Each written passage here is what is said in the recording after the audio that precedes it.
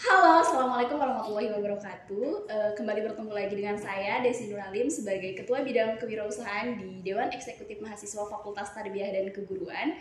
Di sini kami akan melandingkan kegiatan, yaitu Paguyuban Entrepreneur. Di sini kami sudah mengundang tamu undangan dari Ketua Bidang Kewirausahaan HMJ PAI Kabinet Modernis. Ini dia. Perkenalkan, nama saya Amelia Wati Rahayu. Saya sebagai Ketua Bidang dari Kewirausahaan di HMJPAI. Oke, gimana hari ini, sehat? Alhamdulillah. Ini kita di sini ngobrol santai aja ya, nggak usah grogi. Oke. Sebelumnya kalau boleh tahu di bidang kewirausahaan di HMJPAI itu ada berapa orang ya? Kalau di HMJPAI di kewirausahaannya itu ada 5 orang. Ada 5 orang. Termasuk sama Kabid dan Sekditnya. Oh, termasuk. Berarti kalau yang staf ahlinya 3 orang, Kabidnya 1 dan Sekditnya 1. Kalau boleh tahu, bisa tolong dijelaskan nggak program kerja yang ada di bidang kewirausahaan di HMJPAI? Oke, jadi sekarang itu kan ya di kewirausahaan ada 3 program kerja yang sudah sudah di ACC atau sudah ingin dilandingkan. Jadi yang pertama itu ada Wirama atau Wirausaha Bersama. Jadi di mana kita menampung setiap orang yang ingin join bersama kita atau mahasiswa PAI yang mempunyai dagangan dan kita juga bantu menjualnya. Jadi kita berperan sebagai reseller seperti itu. Kemudian yang kedua itu ada komunitas pengusaha, di mana di situ kita mengadakan setiap pertemuan bagi orang-orang yang ingin serius berwirausaha, ingin melatih skillnya di kewirausahaan. Jadi nanti ada materi-materi tentang kewirausahaan dan lain sebagainya. Oh, berarti itu kayak cakupannya kayak sharing session kayak iya, gitu. Seperti itu. Kalau pematerinya itu ngundang dari luar ataukah gimana? Ya, jadi untuk pemateri itu sendiri kita mengundang alumni-alumni yang memang sudah berkecimpung menjadi pengusaha, kemudian juga yang sudah berpengalaman lah di bidang itu. Oh iya, itu baru 2 ya? Yang satunya lagi apa? Yang satunya lagi yaitu panen profit atau lebih sederhananya itu kita ngadain bazar. Oh, ngadain bazar. Nah, kalau bazar itu di setiap event-event besar di HMJ, di jurusan, kemudian juga kalau bisa di lingkup UIN. Tapi dari ketiga program kerja itu ada nggak yang sudah landing atau yang belum landingnya apa aja? Oke, jadi buat program kerja yang sudah landing itu baru 1 ya, karena memang kepengurusannya dimulai dari awal tahun ini. Jadi baru Wirama saja atau Wirausaha Bersama. Untuk yang lainnya itu masih proses landing. Oke. Terkait program kerja yang tadi ya, kenapa sih memilih program kerja tersebut itu? Adakah alasan khusus untuk memilih program kerja tersebut atau bagaimana? Oke. Jadi kenapa kita memilih 3 program kerja itu? Karena yang pertama kita juga melihat kebutuhan, terutama kebutuhan mahasiswa PAI, apa nih yang sekarang lagi dibutuhkan di bidang kewirausahaan seperti itu. Kemudian juga kita kan mengadakan kuesioner, menanyakan apakah butuh program kerja ini, dan lain sebagainya. Kemudian juga melihat di keadaan sekarang ya, karena kita sekarang sudah banyak mengandalkan online, jadi memang dilihat di keadaan juga seperti itu. Oh, jadi dilakukan dulu observasi terlebih dahulu, kemudian baru menuliskan program kerja gitu. Jadi disesuaikan lah ya dengan kebutuhan yang ada di mahasiswa PAI. Oke.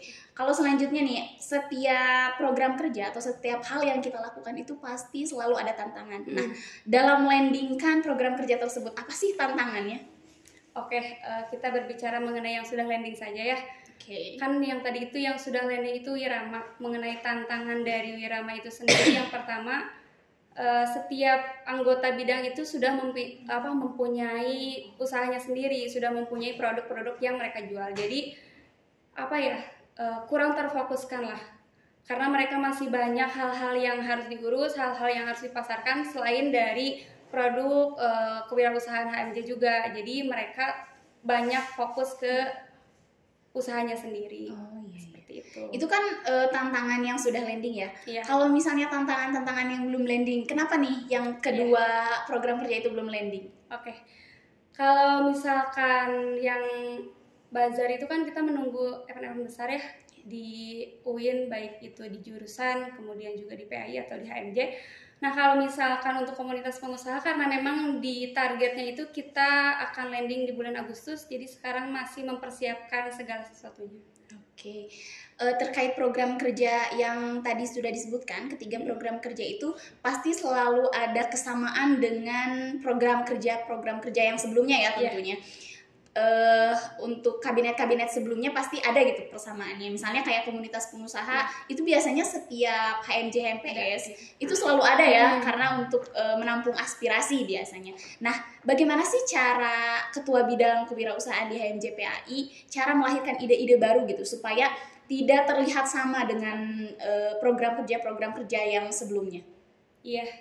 Jadi seperti tadi yang saya katakan, bahwa melihat dari keadaan, karena bedakan di tahun-tahun sebelumnya dengan tahun sekarang mengenai kebutuhan PAI, kemudian juga dengan keadaan seperti tahun-tahun sebelum itu jarang sekali ya kita menjual secara online. Karena apa? Karena memang di tahun sebelumnya itu menjadi hal yang tidak lumrah gitu berbicara mengenai menjual secara online. Tetapi kalau sekarang kan sudah menjadi hal yang sangat lumrah dan sering sekali ditemui.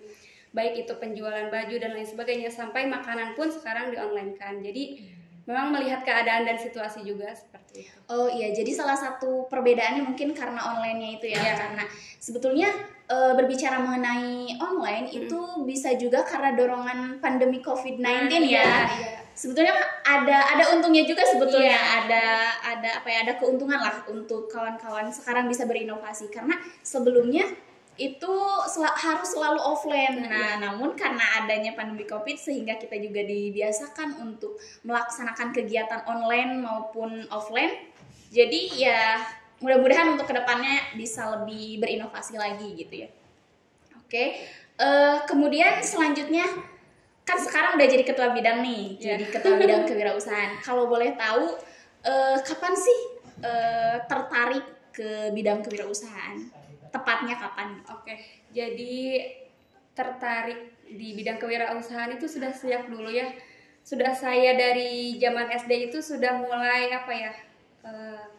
tertarik mengenai jualan-jualan kayak gitu. Karena waktu SD juga saya jualan ke kelas itu, membawa semacam produk ditawarkan ke teman-teman dan sebagainya. Tapi memang tidak terfokuskan dan tidak terasah. Jadi sampai sekarang belum mempunyai produk sendiri. Tapi kemarin di semester 2 itu saya pernah mempunyai suatu produk membuat produk hijab.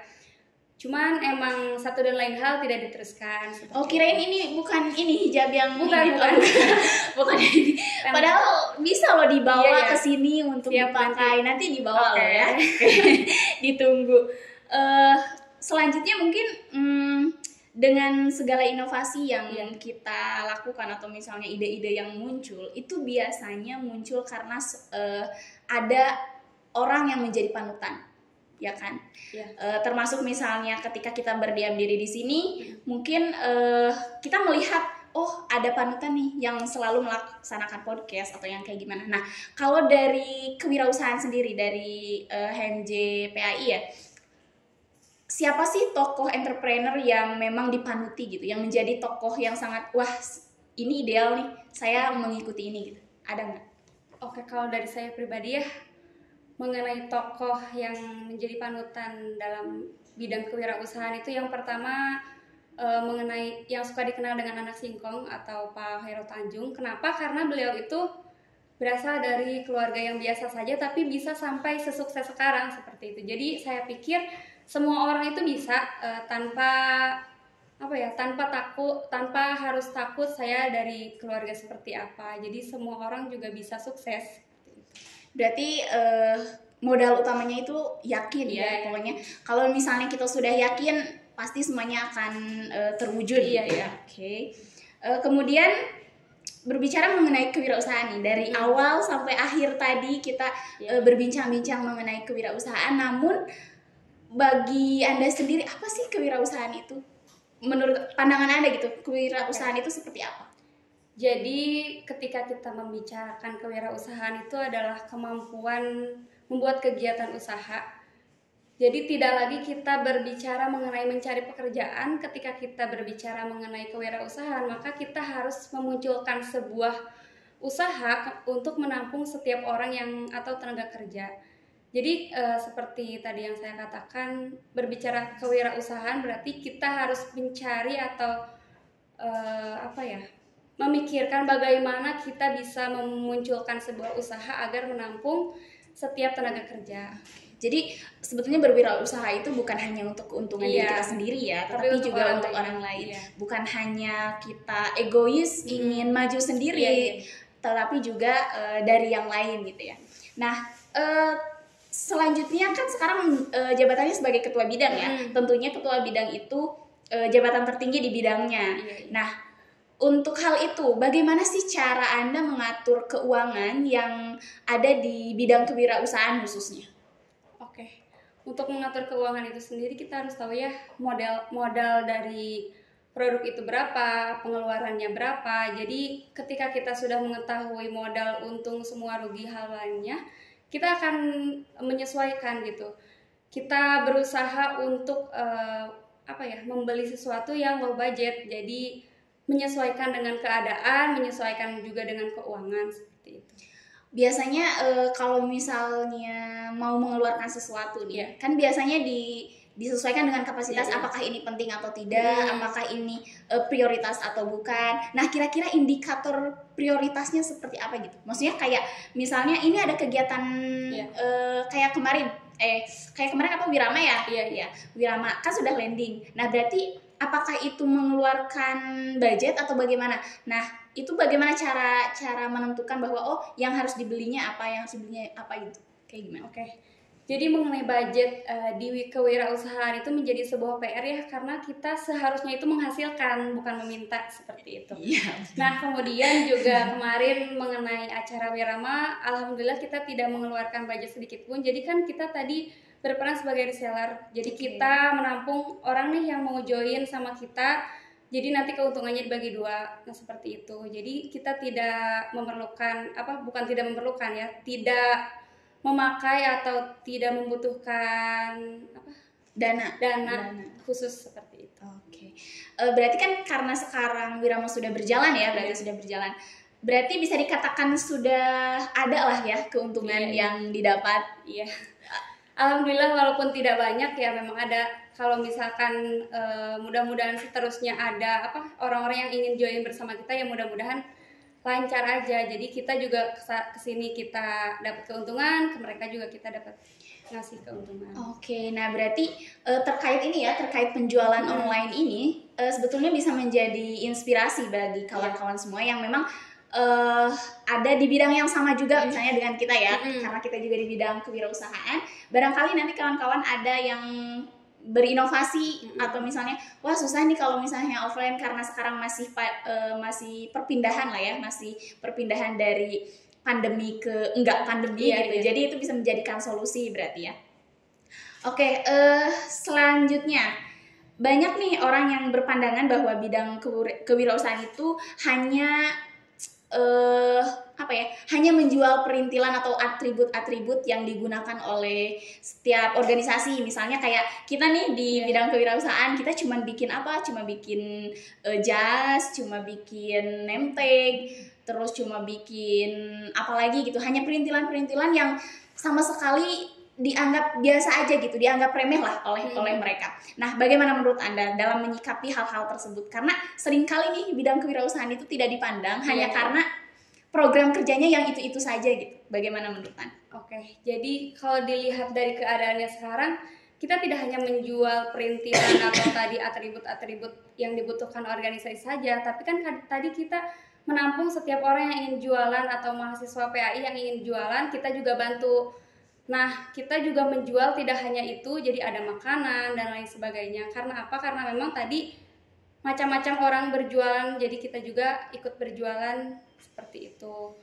Kemudian juga apa sih untungnya orang-orang join bersama kita? Maksudnya orang-orang menggabungkan usahanya ke kita itu, satu juga untuk memperluas relasi pemasaran. Karena kan ketika ada sebuah usaha atau misalkan ketika ada mahasiswa PAI yang mempunyai produk, kemudian kita juga ikut membantu memasarkan, nah itu akan lebih luas lagi karena seluruh pengurus itu nanti akan membantu memasarkan. Oke. Terkait pandangan lah ya, terkait pandangan orang-orang terhadap kewirausahaan, bidang kewirausahaan lah khususnya. Bagaimana menurut Anda pandangan bahwa oh iya ya Wirusma apa sih cuman bikinnya itu aja, hanya itu aja, itu bagaimana cara menyikapinya lah ya. Maksudnya kalau dilihat dari segi program kerja tentu ya sekarang sudah banyak perubahan Wirus itu. Bukan hanya membuat atribut saja, tetapi juga ada tadi misalnya bikin sebuah wadah bagi orang-orang yang ingin mengeluarkan inspirasinya, aspirasinya gitu. Nah, tapi terkait pandangan orang-orang bagaimana menurut Anda? Oke. Makanya kita tadi melibatkan mahasiswa di dalam program kerja yang akan kita jalani atau yang sedang kita jalani ini ya untuk mematahkan statement itu seperti itu. Jadi mereka juga merasakan nih apa dampak dari adanya kewirausahaan di HMJ.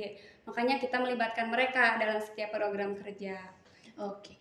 Dan selain itu juga ya mungkin selain daripada kita ingin mematahkan statement itu, sebetulnya banyak sekali atau masih sedikit lah kesadaran orang-orang terkait pentingnya bidang kewirausahaan ya, karena sudah dikatakan bahwa program kerja kewirausahaan itu membuat atribut.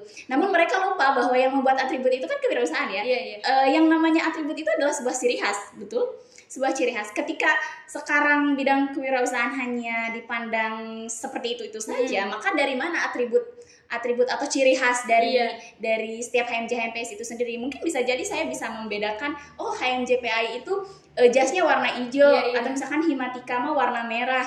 Karena apa? Karena adanya bidang kewirausahaan yang membuat sesuatu hal itu menjadi ciri khas gitu. Jadi bagi kawan-kawan mungkin ya terlebih jangan sampai memandang setiap bidang itu oh ini seperti ini, oh itu seperti itu. Karena pada akhirnya setiap bidang memiliki kelebihannya masing-masing gitu. Semua orang juga semua bidang juga punya perannya masing-masing kan? Iya betul. Di setiap organisasi. Oke.